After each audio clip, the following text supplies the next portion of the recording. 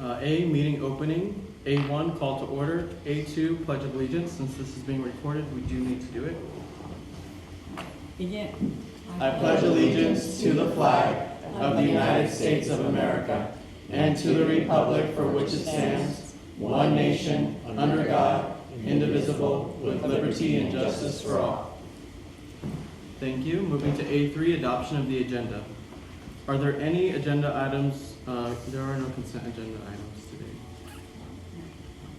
Do I have a motion that the governing board adopt the meeting agenda?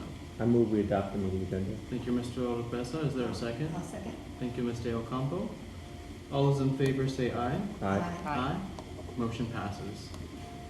Moving to B, new business. B1, 2022-2023 salary schedule revisions. I call for a motion that the governing board approve the submitted salary schedule revisions. I move that we approve the submitted salary schedule revisions. Thank you, Ms. De Ocampo. Is there a second? I second. Thank you, Mr. Oropesa. Time for discussion. Just how cool that we are able to do this. I am so pleased that we can offer this opportunity to help our employees in a time when there's so much going on in finances and issues with inflation. And what is that going to do to help us with recruitment and retention of teachers? It's just, I'm so thrilled that we can do this.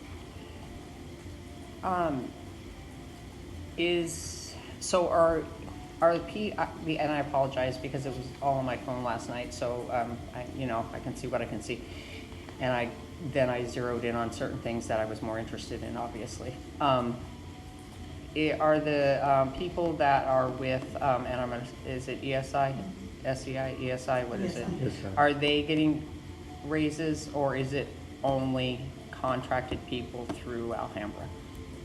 Correct. Thank you for the question. Formalities. Okay. It is currently, this agenda item is for our current salary schedule for Alhambra. The way that our base retirees get paid is already kind of through a different regulation. So, but I appreciate the question, and I think we would have the support to take a look at that. The way their contracts are already graded and how they go back to 85% of their current salary is already kind of set the way that's going, but I would think that we would take a look at that. I appreciate the conversation. I would like to take a look at that. And I would simply add to what you've said that we have been trying to align, especially since many of our ESI or phased retirees remain in that ESI contract. And so similar to what the governing board recently approved, the performance pay, and where this is going to be the first year that ESI teachers will also get performance pay. Just like we're trying to align practices, I would say we would look to the same. If everyone's getting a 2%, then it would apply to them as well. And I know they're double dipping. I mean, I get it. I can hear the other conversations going on in my head here where, the other employees are like, but wait a minute, they're already retired. They're already getting this. So I understand. It's just that it was just a question that I was curious about because we do want to keep them too, because we're not in an area where there people are banging down our doors trying to get in. I'm going to make a general statement about all of it, just because I don't want to say the same thing on both 1 and 2. It just makes me sick when I look at them anyhow, because it's never enough. And so that was what I zeroed in on. I was like, still nothing compared to what true professionals make in our country. But I know this is the best we can do, but I have to make that statement. I don't like either one of them because they're not enough. So I don't like either one of them. It has nothing to do with us. It just depresses me that, it just added to my depression of looking at it last night of, we're still same where we are. But I appreciate the fact that we are doing this immensely, so thank you. I have a question. The one we're voting on now just says salary schedule revisions, and B2 says classified salary schedules revisions. Do we need to clarify that the first one is certified staff? No, because it's not just certified staff, it's also administrators. Administrators. certified. Okay. So it's all on salaries, It's correct? all on salaries Yeah. Okay. versus classified. Which is the also hourly. salary. Yes. Hourly. Okay. Oh, Yeah, or- and that could be That would be the consideration. difference. That would Yeah, be the the difference. hourly Okay. versus the salary rate. Okay. Mhm. I appreciate Kathleen, your comments. I think we also, going to 50,000 as a starting, and I definitely know that the That was profession, and amazing, having a yes. degree and being college educated for most of our folks here, it still is a lot less than other professions that require that. But this will put Alhambra in top 5 in the state, for that competitive edge that we know that it unfortunately comes down to sometimes that decision for money. So yeah, I hear your pain, Kathleen. I know, Whenever and I we- know y'all feel my pain. It's not, I'm Yeah. speaking to the choir here. It's just, I had to say it. I just needed to. And if I could just add that we recognize that the need to continue looking deeper. We wanted to act quickly because we want Alhambra to be out there as one who's making sure to use these funds to go directly back into the classrooms, the teachers, the ones who are providing the great education to our kids. And so we still have funds that we can consider how we can correct some of these other areas that we have concerns. Our greatest issue right now is we lack enrollment, concrete enrollment numbers. And so once we start the school year and know how many students we have, given we're funded by current enrollment, then we'll have a better idea of firmly how many funds or what our budget looks like for this next school year. And so then we can start to begin and really look at how we can be more creative with our salary schedules, knowing at a minimum, as Claire stated, we are now in the top 5 as far as starting the salary for teachers. And we've had conversations with people who are here now, and they've said they have offers everywhere, and what they look at is that letter of intent and that first salary. And they go with the highest. That's the people who are here now said they came to Alhambra years ago because years ago it was the highest. Now we're going to have that, and so then we're going to just ensure once we get them, we'll do everything we can to support, develop, and be the best and retain not only our teachers but all of our staff. And also, that being said, because I know our voters get confused of where money goes, so it's exciting that now when any of them ask us if we are, or any of our families, where we're putting the money, we can say we actually are putting it, we just got money from the state, and we are giving it right back to the teachers. And so I think that's important. And I also think that the other important thing that we always have to be reminded of in Alhambra is we've never taken cuts, and there's always been steps. Yes? Yes. Always. So that's always a huge incentive for teachers, because I know if I'm looking at the history of a district, that's important for me. I'm sorry, you've got to go, and sorry. I'm sorry. This is fine. Open dialogue is important, and this is a priority. And what I would say is, I really applaud the administration and the superintendent and your team, Scott, Ms. Perry. As Ms. O'Neill-France said, this is not where we want to be, but this is a huge step, because in terms of our strategic plan, this goes right into it, and we have been discussing this issue for about a year now. And the fact that we have it here on our agenda, and the fact that we're able to have a plan where 50,000 is the start, that's a big win. But what I really appreciate is that we're always thinking about what's the next best thing, because we want this district to be the best district, not only in the state but in the entire world. So I appreciate this. Yeah. That's right. Thanks, I right. want to piggyback on what you were saying, Kathleen. I do think that's important that we remember when we're recruiting, because first-year teachers aren't going to know. They don't care. They're They don't thinking care. of what they're going to But I do get. think that's an important thing to point out, because both of us have been in districts Yep. where we've been frozen and frozen and frozen. Cut. And cut, yeah, well, whipped. I was back in the day, it was Yeah. whipped. So I think that's important, but I also think the other part of this package that is, because I see this as a package and it's connected to the fact that we will pay for unused sick leave at certain years. Yeah. Those are things that we need to point out to first-year teachers, Yeah. that they don't understand that. They don't appreciate that is not true in every district. So, The majority of them, I would love to know how many districts are having meetings right now and talking about increasing their pay.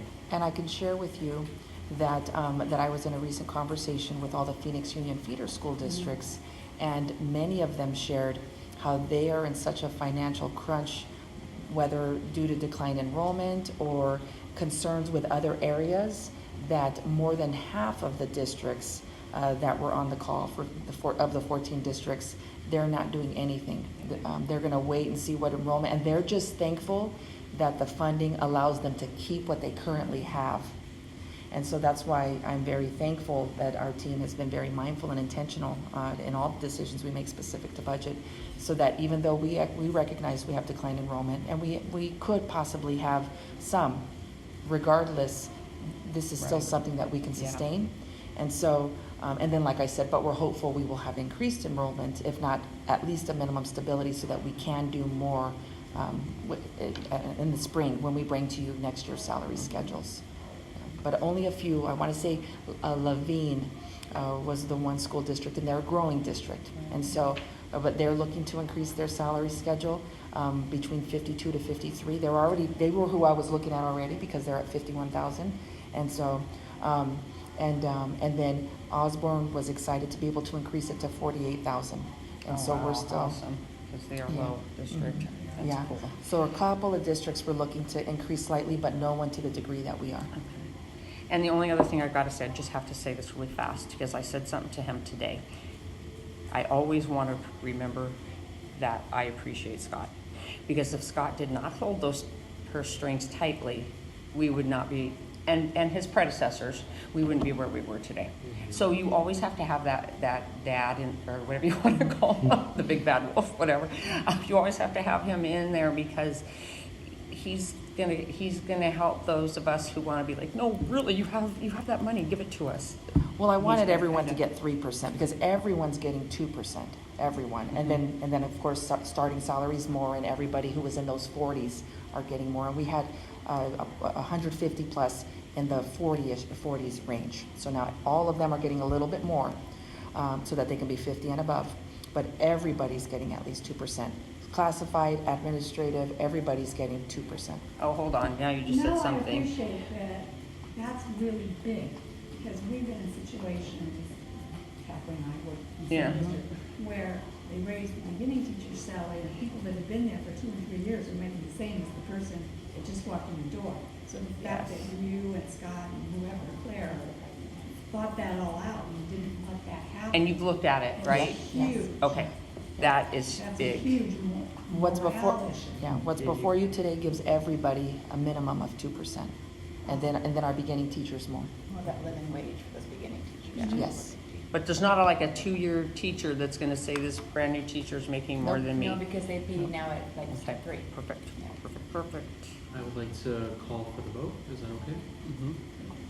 All right, all those in favor say aye. Aye. Motion passes. Moving to B2, 2022-2023 classified salary schedule revisions. I call for a motion that the governing board approve the submitted salary schedule for classified staff. I move that we approve the submitted classified salary schedules. Thank you, Ms. O'Neill France. Is there a second? That's it. Thank you, Mr. Oropesa. Discussion. I would say the same thing. I'm even more concerned about our classified. Some of those Mhm. people are working for $13 an hour. That's hardly enough to keep food on the table. And they don't necessarily have the benefits of, that our other salary positions have. So I'm thinking of the ones that don't even work 29 hours and that's it. They don't necessarily have health insurance or whatever benefits we have. So as much as I appreciate the steps that we've taken, I hope that we can do more for them. Yes, and then comes in, I agree, because we had, what, 12% in inflation in Phoenix, Arizona, whatever. Nobody got a 12% increase in wages. There comes that fine point, though, what do you do when you have this 18, 19-year-old and this 40-year-old that has an associate's degree or a bachelor's degree, and then this one here that doesn't have it, does it matter anymore? I don't know.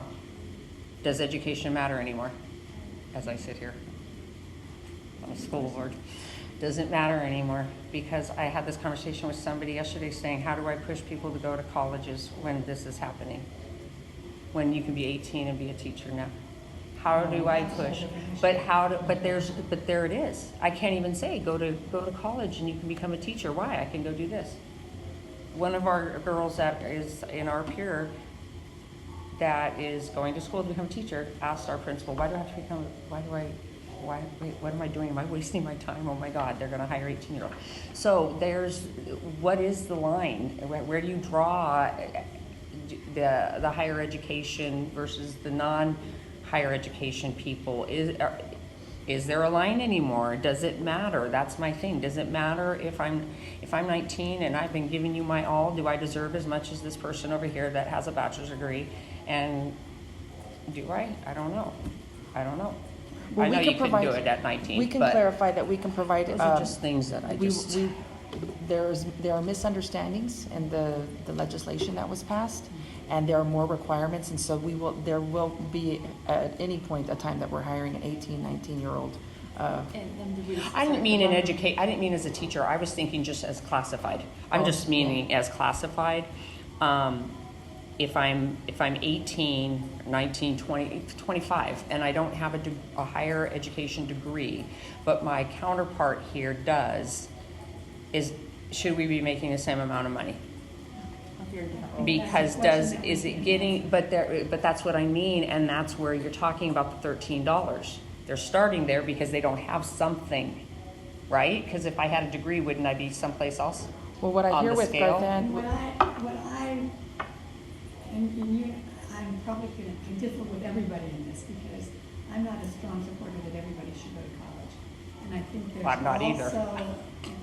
also a point where your work experience Mhm. equates to what some people Yes. got out of a college experience. And for some people, that work experience gives them more value than what some people got out of their college experience. We all know people that have gotten degrees in something that doesn't in any way relate to whatever they do now, or a degree that they couldn't even use anywhere. Where somebody who's a journeyman electrician has gotten valuable training, and then they've gone to put that to work. So I don't think this is something we can.